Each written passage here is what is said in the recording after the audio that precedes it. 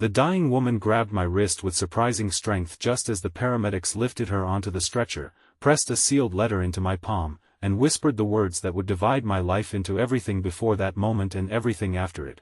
Find my daughter, Claire. Don't let her read it alone. Less than an hour later, she was gone, and I was left standing in the bright afternoon sun outside a roadside cafe with a stranger's final secret trembling in my hand. Before I tell you how that letter led me to a woman who had spent half her life believing she was unwanted, please like, comment, share, and subscribe to our channel if you believe in kindness, forgiveness, hope, and second chances. Sometimes the smallest promise we make to a stranger becomes the reason two broken lives finally find their way home. My name is Everett Hale, and at 37, I had become very good at avoiding anything that required emotional courage. I restored old houses for a living in a quiet Vermont town called Alder Creek, where people admired my patience with cracked foundations, rotten beams, and windows painted shut by decades of neglect. They often told me I had a gift for seeing what could still be saved. The irony was that I had never learned to use that gift on people, especially myself. 3 years earlier, my younger brother, Nolan, had died in a climbing accident after leaving me 3 unanswered messages. We had argued that morning because I thought he was being reckless, and I had ignored his calls to teach him a lesson. Grief turned those silent messages into a prison. I stopped visiting friends, stopped dating, and built my days around work that kept my hands busy and my heart untouched. On the afternoon I met the dying woman, I had been driving back from an estimate when I saw her car drift across the shoulder and stop beside a field of yellow wildflowers. She had managed to step out before collapsing near the cafe entrance. I ran to her, called for help, and knelt beside her while strangers gathered in a frightened circle. Her name, I later learned, was Margaret Ellison. She was 64, terminally ill, and had apparently left hospice without telling anyone because there was one final thing she needed to do. The envelope she gave me was cream-colored, worn softly at the edges, and addressed to Claire Ellison in careful blue handwriting. On the back, beneath the sealed flap, Margaret had written a telephone number and an address in Bellwether, a lakeside town nearly 2 hours away. The paramedic told me that Margaret had suffered a catastrophic cardiac event and that the chances of survival were almost non-existent. I followed the ambulance to the hospital anyway, hoping she might wake long enough to explain why she had chosen me. She never did. A nurse met me in the daylight-filled waiting room and confirmed Margaret's death shortly before 4 in the afternoon. When I showed her the envelope, she looked through the personal effects Margaret had carried and found a hospice identification card. The staff contacted the facility, and a social worker confirmed that Claire was indeed Margaret's only daughter, but mother and daughter had been estranged for nearly 18 years. Margaret had repeatedly refused to list Claire as an emergency contact, insisting she had no right to disturb her daughter's life. Yet on her final day, weakened and barely able to walk, she had rented a car and started driving toward Bellwether with the letter. She had made it less than halfway. I should have given the envelope to the hospital or mailed it and gone home. Any reasonable person would have done exactly that. Instead, I kept hearing Margaret's final request. Don't let her read it alone. Those words reached into the place where Nolan's unanswered messages still lived.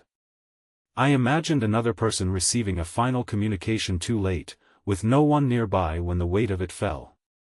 The next morning, beneath a pale blue sky, I drove to Bellwether. The address led me to a narrow bookstore called the Paper Lantern, squeezed between a bakery and a shop that repaired antique clocks. Through the front window, I saw a woman stacking books on a display table. Claire Ellison was 34, with chestnut hair tied loosely at the nape of her neck and a face that looked composed until you noticed how tired her eyes were. She wore a gray cardigan with the sleeves pushed back and moved with the quiet efficiency of someone who had learned not to expect help. When I stepped inside and asked whether she was Claire, she smiled politely until I said her mother's name. The expression disappeared from her face so completely that it felt as though the room had lost its warmth. Claire did not ask whether Margaret was alive. She seemed to know from the way I held the envelope. She locked the front door, turned the sign to closed, and led me to a small reading room at the back of the shop where sunlight spilled across two worn armchairs. I explained everything, including Margaret's request that she not read the letter alone. Claire stared at the envelope without touching it. She told me she had not seen her mother since she was 16 and had not spoken to her in more than a decade. Margaret had left Claire with relatives after Claire's father died, promising to return once she had found stable work and housing. She never came back. Claire had spent years sending letters, leaving messages, and waiting at birthdays and graduations for a woman who remained absent. Eventually, hope became humiliation, and humiliation hardened into anger. She built a life without her mother, opened the bookstore with a small inheritance from her father's sister, and convinced herself she no longer cared. But as the envelope lay between us, her hands shook so badly that she pressed them beneath her knees. When Claire finally broke the seal, she read only the first few lines before the letter slipped from her fingers. She stood abruptly and crossed the room, breathing as though the walls had moved closer.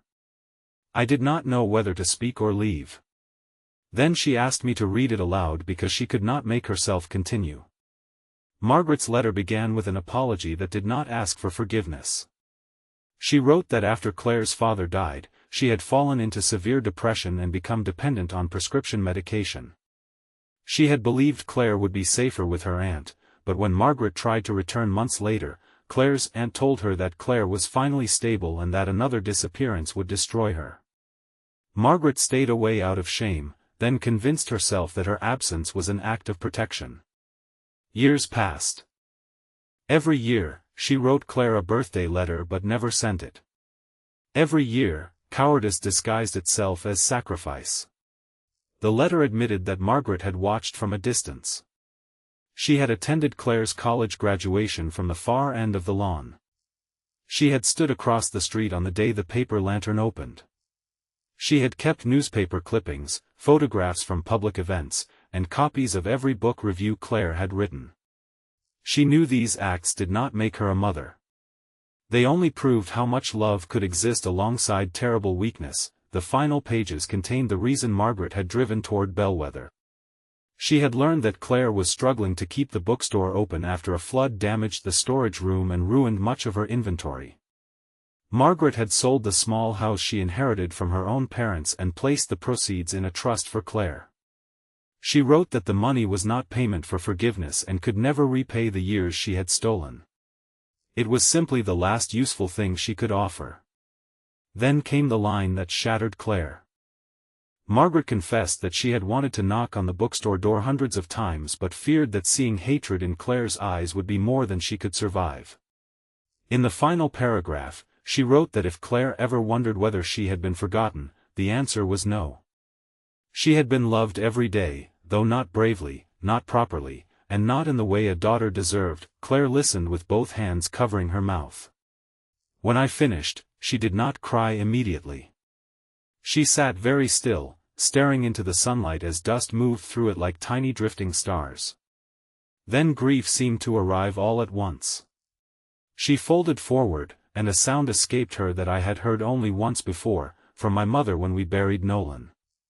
I moved toward her instinctively but stopped a few feet away, unsure whether my presence would help. Claire reached out without looking, and I took her hand. She held on as though the floor beneath her had disappeared. For nearly an hour, she cried for the mother she had lost that morning and the mother she had lost 18 years earlier. She cried for every birthday spent pretending not to watch the door. She cried because Margaret had loved her and because love had not been enough. When she finally lifted her head, she asked whether her mother had been alone when she died. I told her that Margaret had been surrounded by people trying to help, and that I had stayed beside her until the paramedics arrived. Claire thanked me, but the gratitude in her eyes carried a guilt I recognized immediately. It was the belief that someone else had offered comfort she should have been there to give. I returned to Alder Creek that afternoon, expecting never to see Claire again. 2 days later, she called. The hospice had several boxes of Margaret's belongings, including the unsent birthday letters, and Claire could not face collecting them alone. She asked whether I would go with her. I wanted to say no. I had made the delivery, fulfilled the promise, and already allowed more emotion into my life than I had in years. Yet I heard myself agree. We met outside the hospice on a bright morning. Claire looked exhausted but determined. In Margaret's room, sunlight lay across a neatly made bed, a stack of library books, and a ceramic cup painted with blue birds. The boxes contained photographs, receipts, notebooks, and 17 sealed birthday letters, one for every year after Claire turned 16. There was also a small wooden music box with a broken hinge. Claire recognized it immediately. Her father had given it to her when she was 6, and she had believed it lost.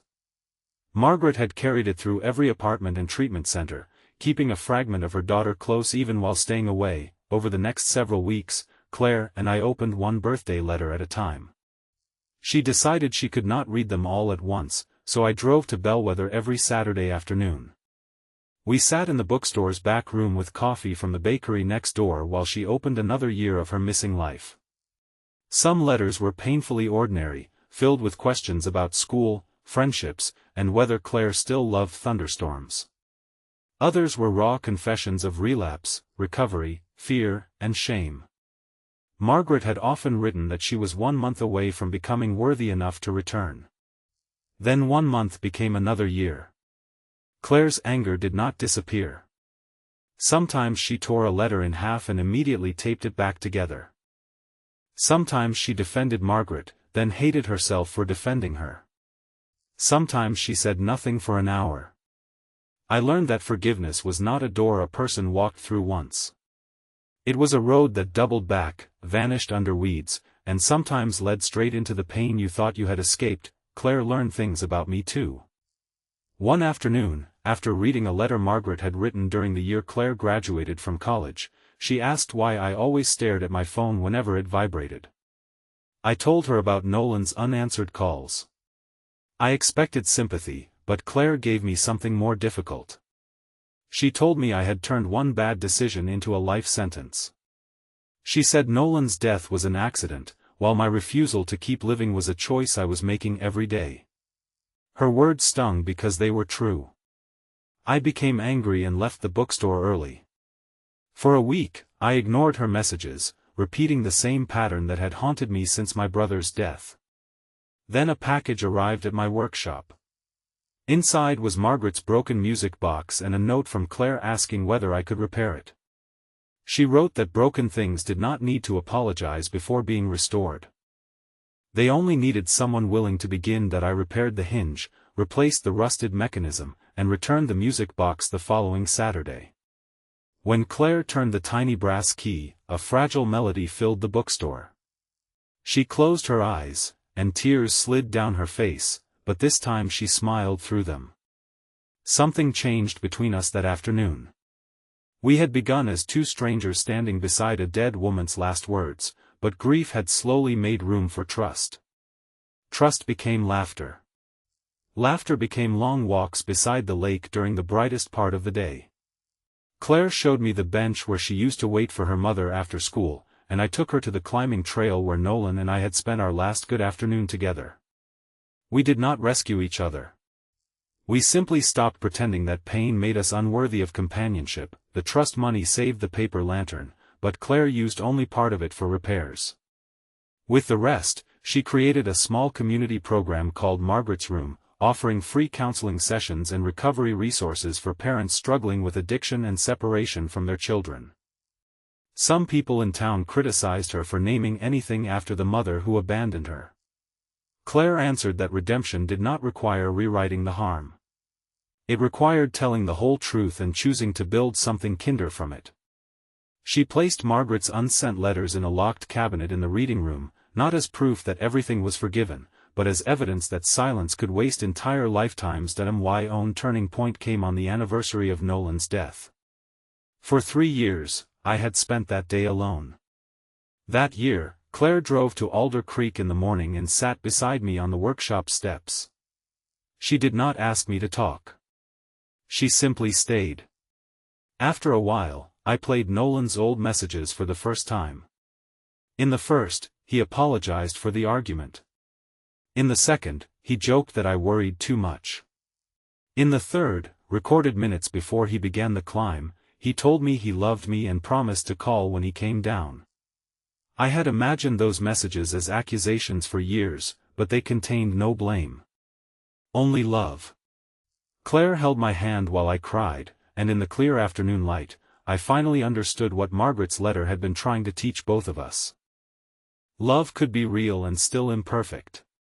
Regret could be heavy and still survivable. The dead did not ask us to build homes inside our guilt. Months later, on the first anniversary of Margaret's death, Claire and I returned to the roadside cafe where she had collapsed. The field beyond it was filled again with yellow wildflowers. Claire carried the original letter, now protected inside a simple frame. She told me she had spent most of her life wishing her mother had chosen one brave day, one day when fear did not win. Then she looked at me and said she no longer wanted to make the same mistake. There was no dramatic proposal, no crowd, and no music except the wind moving through the grass. She simply asked whether I could imagine building a life with her. I told her I already was. Before the ending of this story, I want you to leave a meaningful comment about someone you wish you had forgiven sooner, a truth you finally found the courage to face, or the person who stayed beside you when you could not carry your pain alone. Your words may remind someone in our community that healing does not always begin with an answer. Sometimes it begins with a hand held in silence. Claire and I married the following spring in the bookstore courtyard beneath a canopy of white blossoms, with the ceremony held in full afternoon sunlight. Margaret's repaired music box played on a table beside a photograph of Nolan. The bookstore continued to thrive. Margaret's room helped dozens of families begin difficult conversations, and I reopened parts of myself I had once believed were permanently closed. Claire never called her mother's abandonment acceptable, and I never stopped wishing I had answered Nolan's calls. Healing did not erase what happened. It changed what happened next. The letter that began with a dying woman's regret became the first page of a life neither Claire nor I expected to find. Margaret had asked me not to let her daughter read it alone, but she could never have known that by keeping that promise, I would stop living alone too. If this story touched your heart, please like this video, leave a meaningful comment, share it with someone who needs hope today, and subscribe to our channel so you never miss another emotional journey. Remember that forgiveness does not always mean restoring the past. Sometimes it means refusing to let the past destroy the future. And sometimes, when we sit beside another person in their deepest sorrow, love quietly sits down beside us.